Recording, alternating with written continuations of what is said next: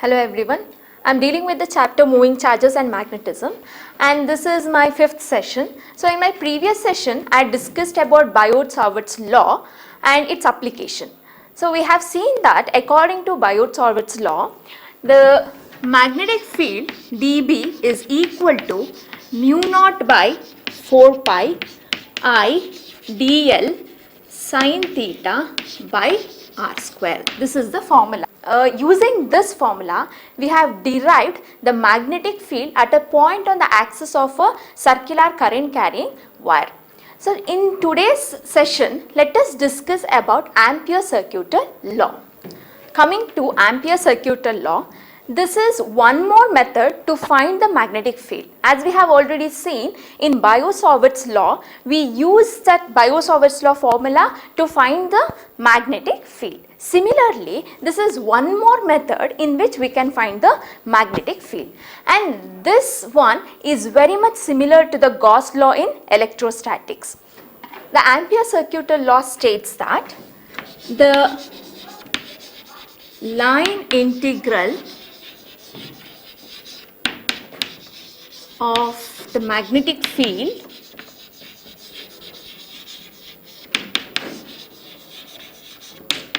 be around any closed path in air or vacuum is equal to mu naught times the total current enclosed by that path. You can see here, we are going to find the line integral of the magnetic field around the closed path which is placed in air or vacuum, and that will be equal to mu naught times the total current enclosed in that path. Let me explain this law. I'll consider current I. I've represented this current I as cross. That means the current is perpendicular to the board and it is inwards. So this is how the current is. This is the current direction, it is inwards. Now as you know, if the current is linear, the magnetic field will be circular. Now since my thumb represents the direction of the current, then the other fingers are curling around it in this direction. So I can say, to find the magnetic field at the point P, first I am going to draw the closed path.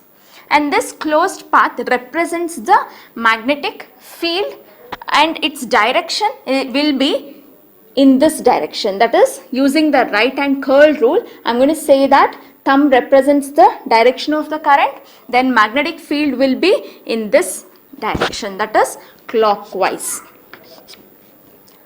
Next, let me consider a small element here which is dl, and the magnetic field at this dl will be B. Let me consider one more small element dl and one more somewhere here, one more somewhere here. You can see, if you dot product B and dl, you get B dot dl, and if you integrate all these B dot dl and integrating this, but this is a closed path, so I am going to use a closed line integral, then this should be equal to mu naught times the current enclosed by this path. So since we have already mentioned this is placed in air or vacuum, I am going to consider mu naught. Mu naught is the absolute permeability, and that multiplied with the current enclosed in this closed path. So in this law, you are only going to consider the current which is enclosed inside this path, and whatever you have drawn, the closed path, is nothing but the Amperian loop. This is the Amperian loop. I already mentioned this law is very much similar to the Gauss law in electrostatics, where you are going to consider a Gaussian surface. Similarly, we are considering a Amperian loop here, and then we are going to find the magnetic field using the formula closed line integral of B dot dl is equal to mu naught times the current enclosed in that closed path. So this is the current enclosed. Now there are certain conditions where you can use this Ampere-Circuital law. That means Ampere-Circuital law is valid everywhere, but you can only use if the conditions are satisfied. So what are those conditions? In what conditions I can use this Ampere-Circuital law? The first one is the magnetic field B. What the magnetic field I am considering here should be tangential. The magnetic field is tangential to the loop. The first condition we say that the magnetic field should be tangential to the loop, and the magnetic field is a non-zero constant. So if magnetic field is tangential to the loop, this will be the direction of the magnetic field. If this is the direction, dl is also in the same direction. Dl is the length element, it is also in the same direction. Then coming to this left hand side, closed line integral of B dot dl will be equal to closed line integral of B dl cos 0, as B and dl are in the same direction. Cos 0 is 1, therefore I can bring this B outside, and B is a non-zero constant, therefore I am going to bring this outside. Then this becomes integral dl, then B into dl, integration of dl gives you the complete circumference of the circle. If the circle is having radius r, then this will be 2 pi r. This is how I am going to use the Ampere-Circuital law. In the second condition, they say that the magnetic field should be normal to the loop. That means it should be perpendicular to the loop.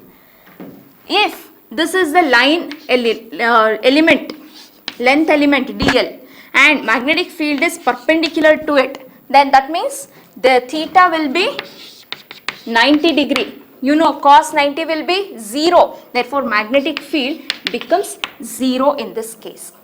Coming to the third condition, that says that B vanishes. That means B itself is 0. So in these three conditions, I can use this Ampere-Circuital law. Now let us discuss the applications of Ampere-Circuital law. Now coming to the Ampere-Circuital law's application, the first one is the magnetic field due to straight conductor carrying current. So if I have a straight wire carrying current, what will be the magnetic field around it is what we are going to find using Ampere-Circuital law. And there are two more applications. The second one is the solenoid, and the third one is toroid. Coming to the first one, if I have a straight conductor carrying current, say the current in this conductor is I, I'll pick a point P somewhere around this conductor, and here at this point I have to find the magnetic field. This is the point where I am going to find the magnetic field. As Oyster's experiment explains that if you have a straight current carrying conductor, then you can feel the magnetic effects around it. This is what we are going to find out. So this is the point. Here I am going to find the magnetic field. For that, first let me first draw a Amperian loop. As I have already explained you before, in Ampere-Circuital law, the first thing what we are going to do is consider a Amperian loop. So it's a closed surface.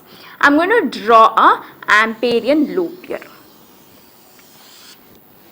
So this is the Amperian loop. If I say current carrying conductor is in this direction, it is upwards, then the Amperian loop will be surrounding it like this, perpendicular to that conductor.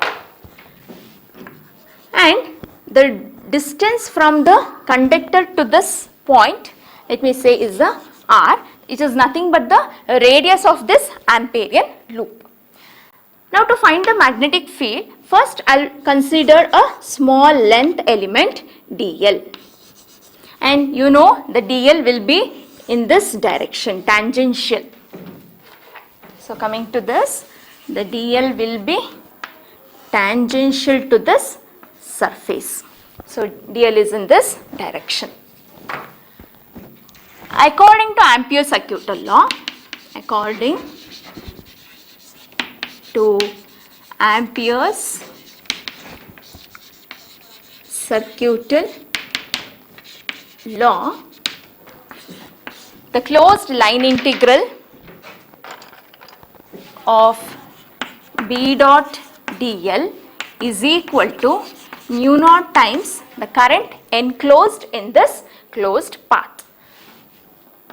Now let me expand this. This is B dl cos, what is the angle between B and dl? It is same. That means the length element and the B, the magnetic field, because you know if this is the direction of the current, this is how the magnetic field is acting. It is going in and coming outside. So into dot is the magnetic field direction. The magnetic field goes in and comes out. So dl and magnetic field are in the same direction. Therefore, the angle becomes 0 degree. This is equal to again mu naught I. Now, as I know, B can be taken out because it's a constant. Integral dl, what is cos 0? It is 1, and this is equal to mu naught I. Next, B, the line integral, closed line integral of dl gives you nothing but the circumference of the circle. So this is the length element, small length element dl. Like this I am going to take several number of length elements dl. Then if you just integrate them all, what do you get? This complete circle, that is nothing but 2 pi r, where r is the radius of this Amperian loop, and this is equal to mu naught I. Then B will be equal to mu naught I by 2 pi r. This is the magnetic field experienced at this point P. Now this can also be written as, this B, I am going to write it as mu naught by 4 pi into 2I by r. That is, I have written this constant, then multiplied it. That's all. I have just written the same formula in this form. In this formula, you can observe one thing. The magnetic field is proportional to I by r. The rest are all constants. So I can say it is proportional to I by r. Now magnetic field varies with the current and the distance. Now what happens if you increase the distance? What happens to magnetic field at this point? If I want to find the magnetic field at this point instead of this, then the distance has been increased. Now as the distance increases, magnetic field will decrease. Next, if I want to find the magnetic field somewhere near to this conductor, then distance has been decreased, then magnetic field strength increases. So magnetic field strength varies with the distance. This is what this says. So I can write magnetic field is proportional to I by r. And magnetic field is constant throughout that circle. So in this Amperian loop, if I find the magnetic field anywhere in this Amperian loop, I am going to consider the point in this Amperian loop and find out the magnetic field, then the magnetic field will be constant throughout. You can see this, the magnetic field is constant throughout this circle, and this is called as cylindrical symmetry.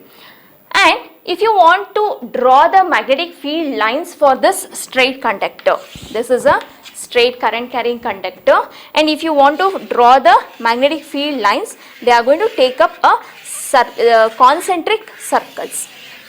So if this is the straight wire, then the magnetic field lines will be concentric circles.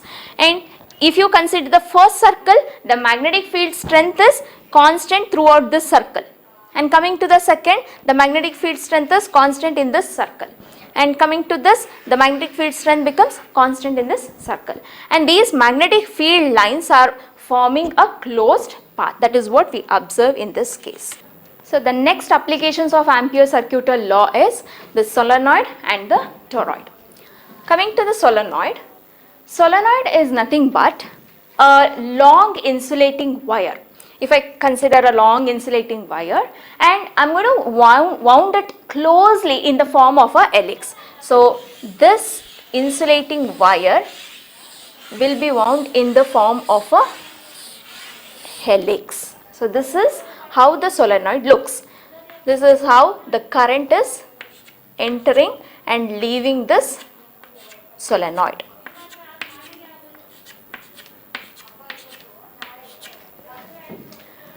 Let me say I is the current which is entering this solenoid, that is the I is the current in the solenoid, and N is the number of turns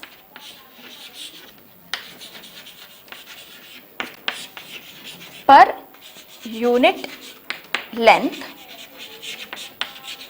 Then the magnetic field for this solenoid is found using the Ampere's circuital law, and the final expression is given by mu naught N I.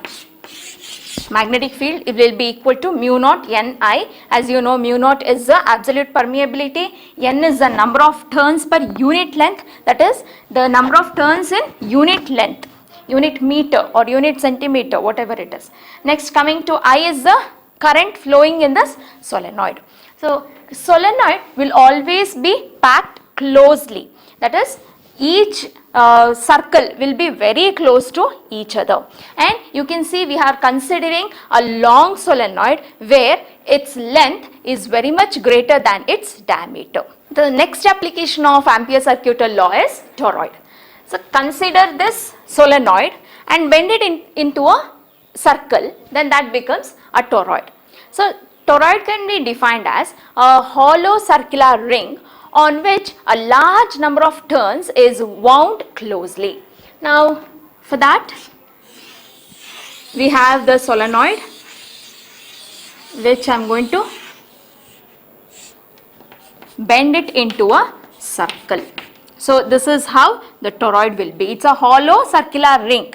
We have wound large number of turns of wire very closely to each other, then that becomes a toroid. So in case of toroid, the current is entering and leaving the toroid in this direction.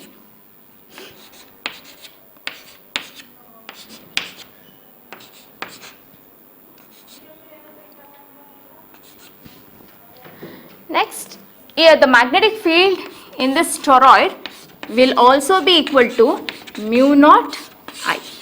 So mu naught is the absolute permeability, N is the number of turns per unit length and number of turns in unit length, and I will be the current which is flowing inside this toroid. And the both the magnetic fields due to toroid and solenoid will be the same, which is B is equal to mu naught Ni. So in my next session, I am going to discuss how you are going to derive the formula B is equal to mu naught Ni using the Ampere's circuital law. So this is the end of the session. I will meet you in the next class. Thank you.